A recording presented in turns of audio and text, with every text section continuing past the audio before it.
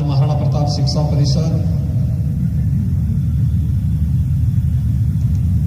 अपने 9 दशक की यात्रा को पूरा करने की ओर अग्रसर है और 90वां संस्थापक सप्ताह समारोह कार्यक्रम के साथ जुड़ रहा है। महाराणा प्रताप शिक्षा परिषद के 4 दिसंबर से 10 दिसंबर तक चलने वाले विभिन्न प्रकार के आयोजनों के कार्यक्रम का शुभारंभ करने के लिए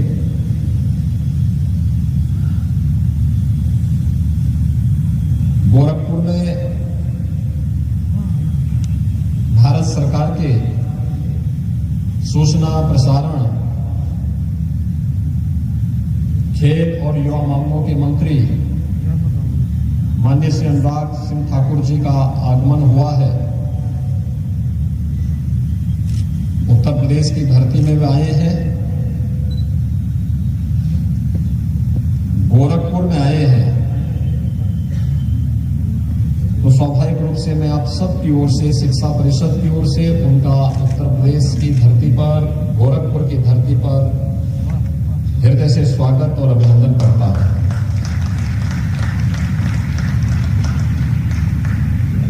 यह इसलिए भी महत्वपूर्ण है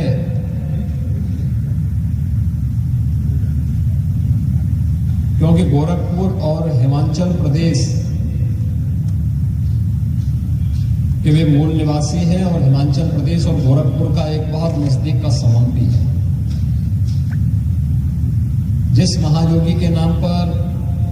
गोरखपुर का नाम गोरखपुर पड़ा है, महायोगी बाबा गोरखनाथ जी का गोरखपुर में आगमन हिमाचल प्रदेश से ही कांगड़ा जी के स्थान से महायोगी गोरखनाथ जी का गोरखपुर में आगमन हुआ है, जिसकी स्मृति में आप प्रतिवर्ष मकर संक्रांति के अवसर पर बाबा गोरखनाथ जी को लाखों की संख्या में पूर्वी उत्तर प्रदेश के लोग, बिहार और नेपाल के लोग आकर के खिचड़ी चढ़ाते हैं और अपनी श्रद्धा को व्यक्त करते हैं। तो महायोगी गोरखनाथ जी का आगमन हिमाचल प्रदेश से ही हुआ था और आज हिमाचल प्रदेश के ही एक सपूत भारत सरकार के लोकप्रिय और कर्मठ मंत्री, जो प्रधानमंत्री मोदी जी के यशस्वी नेतृत्व में देश के अंदर न केवल सूचना और प्रसारण मंत्रालय के माध्यम से भारतीय परंपरा, भारतीय संस्कृति, भारत की पौराणिक, ऐतिहासिक और सांस्कृतिक विरासत को अक्षुण्ण बनाए रखते हुए कार्य कर रहे हैं, बल्कि देश के युवाओं के अंदर एक नई ऊर्जा का संचार करते हुए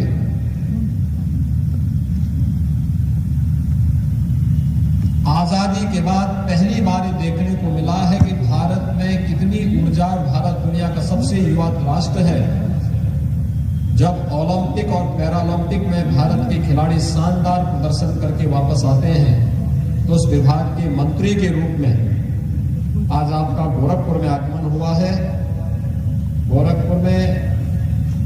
ब्रह्मलीन गोरख पीठाधीश्वर महंत दिग्विजयनाथ जी महाराज के द्वारा 1932 में स्थापित महाराणा प्रताप शिक्षा परिषद के संस्थापक समारोह के उद्घाटन कार्यक्रम के मुख्य अतिथि के रूप में आपका हृदय से स्वागत और अभिनंदन है। महाराणा प्रताप शिक्षा परिषद की शुरुआत ही 1932 में इस उद्देश्य से हुई थी। कहते हैं उस समय महंत दिग्विजयनाथ जी युवा थे, उनकी कुल आयु उस समय 36-37 वर्ष रही होगी और उस उम्र में जब वह देश की आजादी के आंदोलन के साथ जुड़े हुए थे, बहुत नजदीक से जुड़े हुए थे, उस समय जब उन्हें पता लगा कि उनके स्कूली गुरु को उस समय इसलिए स्कूल से बर्खास्त कर दिया गया क्योंकि उन्होंने देश की आजादी के लिए कुछ आह्वान किया था, उस अभियान के साथ जुड़े थे, तो उन्हें स्कूल से शासन ने बर्खास्त कर दिया। अपने गुरु के सम्मान के लिए उन्होंने जिस स्कूल की स्थापना की, वही स्कूल आज महाराणा प्रताप इंटर कॉलेज है, जिसमें 5000 से अधिक बच्चे वर्तमान में भी अध्ययन कर रहे हैं। और वही स्कूल महाराणा प्रताप शिक्षा परिषद की नींव पड़ी, जिस महाराणा प्रताप शिक्षा परिषद में आज लगभग 50 संस्थाएं शिक्षा के लिए, स्वास्थ्य के लिए, सेवा के विभिन्न प्रकल्पों के साथ जुड़ करके समाज और राष्ट्र निर्माण के केंद्र और प्रदेश सरकार के आह्वान के साथ अपने आप को जुड़े हुए हैं। महंत दिग्विजयनाथ जी महाराज के द्वारा स्थापित और ब्रह्मलीन गोरक्ष पीठाधीश्वर महंत अवैधनाथ जी महाराज के द्वारा पल्वित पोषित महाराणा प्रताप शिक्षा परिषद अपनी सभी संस्थाओं के उन्नयन के लिए, इसमें अध्ययनरत छात्र छात्राओं, यहां पर शिक्षणोत्तर कर्मचारी, यहां के आचार्यगण, प्रधानाचार्य और प्राचार्यगण, ये सभी लोग मिलकर के न केवल अपने कैंपस में बल्कि उसके बाहर भी राष्ट्रीय मूल्यों की शिक्षा, देशभक्ति की शिक्षा, न केवल सैद्धांतिक और व्यावहारिक जीवन में बल्कि एक छात्र के सर्वांगीण विकास में क्या भूमिका होनी चाहिए शिक्षा की, इस भूमिका का निर्वहन करते चले आ रहे हैं। हम सब जानते हैं वर्तमान में पूरी दुनिया विगत 20 माह से एक महामारी का सामना कर रही है, एक कोरोना महामारी। इसने सामाजिक जीवन को और सामान्य जनजीवन को बुरी तरह दुनिया के अंदर प्रभावित किया। लेकिन हम सबका सौभाग्य है कि भारत के अंदर प्रधानमंत्री मोदी जी के यशस्वी नेतृत्व में कोरोना प्रबंधन दुनिया के सामने एक उदाहरण बना है। और कोरोना कालखंड में जब दुनिया अपने को बचा रही थी, तब भारत के अंदर न केवल भारत को बचाने, भारत के एक एक नागरिक की चिंता करने का दायित्व प्रधानमंत्री मोदी जी के नेतृत्व में कुशलतापूर्वक उन कार्यों का निर्वहन किया गया, बल्कि पहली बार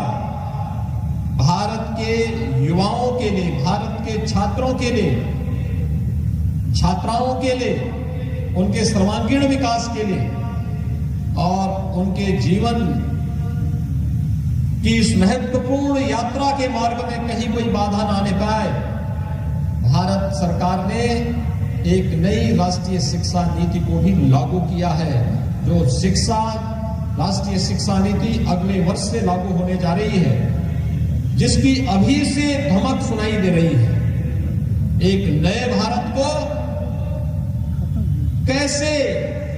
निर्माण में हमारे युवाओं की भूमिका हो सकती है, इस भाव के साथ इस कार्यक्रम को आगे बढ़ाना है। और मुझे लगता है कि मैंने स्वयं भी 1 वर्ष पहले महाराणा प्रताप शिक्षा परिषद के सभी प्रधानाचार्यों के साथ, प्राचार्यों के साथ बैठ करके इसके बारे में जानकारी ली थी कि आखिर नई शिक्षा नीति के लिए आप लोगों ने क्या कार्य योजना बनाई है।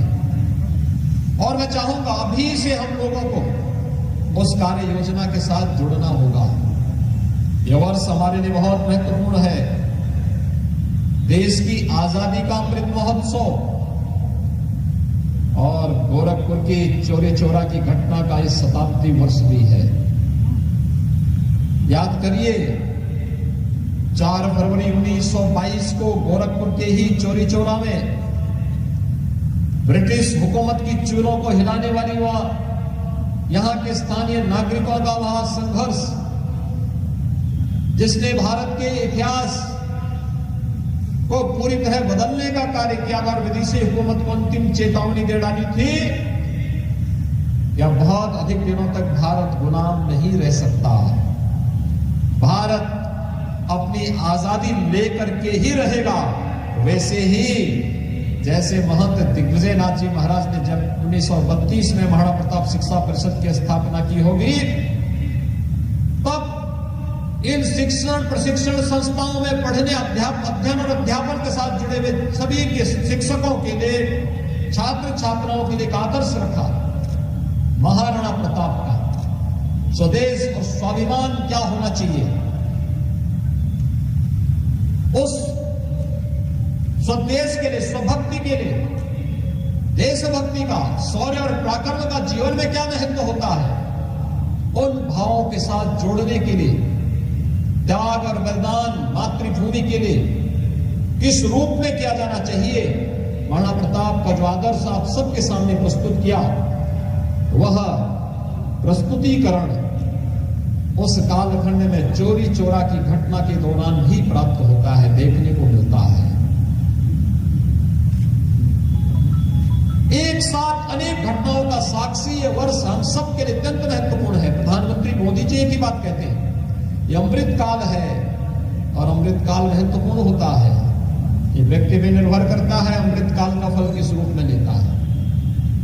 और मैं तो मानता हूं साक्षात फल आपको प्राप्त हो रहा है। कल सायकाल में अनुराग जी से भी, रवि किशन जी से भी, डॉक्टर राधा मोहन जी से भी, डॉक्टर धर्मेंद्र सिंह जी से भी इनसे पूछ रहा था कि भाई कैसे होगा। कल सायकाल बारिश हो रही थी और अभी मैं देख रहा हूं इतनी तेज धूप है, इतनी तेज धूप है कि सामने जो बच्चे बैठे हुए हैं उनकी आंखों में, और जो अतिथि बैठे हुए उनकी आंखों में तेज धूप के कारण उनको स्वयं की कठिनाई महसूस हो रही है। लेकिन संस्थापक सप्ताह समारोह के लिए हम सबको इस प्रकार की चुनौतियों के साथ जूझते हुए अपने आप को आगे बढ़ाना होगा। एक सप्ताह तक कार्यक्रम चलेंगे और एक सप्ताह के कार्यक्रम के बाद जो अनेक प्रकार की प्रतियोगिताएं चलेंगी। आपने देखा होगा प्रधानमंत्री मोदी जी के मार्गदर्शन और प्रेरणा से जब भारत की ओलंपिक की टीम टोक्यो गई थी, तो उसको रवाना करने के लिए हमारे खेल मंत्री जो आज यहाँ पर सूचना प्रसारण, खेल और युवा मामलों के मंत्री हैं, उन्होंने इस समय रवाना किया था। तब कहा था कि अब तक का सर्वश्रेष्ठ प्रदर्शन करेंगे। खेल भावना इस स्वस्थ प्रतिस्पर्धा को बढ़ाता है। याद रखना, इस स्वस्थ और सकारात्मक प्रतिस्पर्धा व्यक्ति को आगे बढ़ाती है, उसके जीवन में उन्नति लाती है। और एक सप्ताह तक विभिन्न प्रकार की प्रतियोगिताएं चलेंगी। इसमें खेलकूद की भी प्रतियोगिताएं चलेंगी, वाद विवाद की प्रतियोगिताएं चलेंगी, विभिन्न प्रकार के लेखन के कार्यक्रम चलेंगे, अन्य अलग अलग प्रकार की जो प्रतियोगिताएं होंगी, उन प्रतियोगिताओं में जो छात्र छात्राएं विजयी होंगी, उन सभी छात्र छात्राओं को फिर 10 तारीख के भव्य समारोह में यहां पर सम्मानित किया जाएगा। आज महाराणा प्रताप शिक्षा परिषद कि विभिन्न संस्थाओं में 50,000 बच्चे विभिन्न प्रकार की शिक्षा कर रहे हैं। 5,000 से अधिक शिक्षक, शिक्षणोत्तर कर्मचारी इस संस्था के साथ जुड़ करके न केवल अध्ययन, अध्यापन और सेवा के इस प्रकल्प के साथ जुड़े हुए हैं, बल्कि राष्ट्र निर्माण में भी हमारी भी एक भूमिका होगी। कोई स्वास्थ्य के अभियान के साथ जुड़ा हुआ है, कोई शिक्षा के अभियान के साथ जुड़ा हुआ है, कोई किसी सेवा के प्रकल्प के साथ जुड़ा हुआ है। हर व्यक्ति का अपना योगदान है और यही तो धर्म है। हर व्यक्ति अपने अपने कर्तव्यों का निर्वहन कर ले,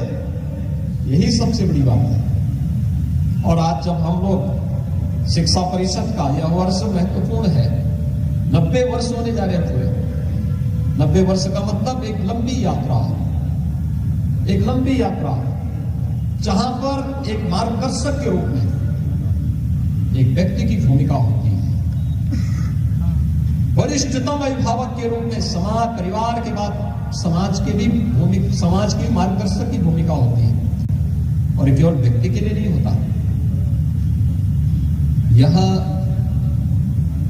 किसी संस्था के लिए उतना ही महत्वपूर्ण होता है। संस्था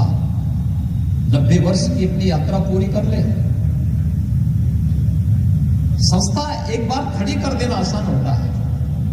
उस संस्था को जीवंत बना करके चलाते रहना यही साधना है। और उस साधना पद पर आप सब बढ़ करके कार्य कर रहे हैं, यह अभिनंदनीय है। मैं एक बार फिर से आप सभी को महाराणा प्रताप शिक्षा परिषद के संस्थापक सप्ताह समारोह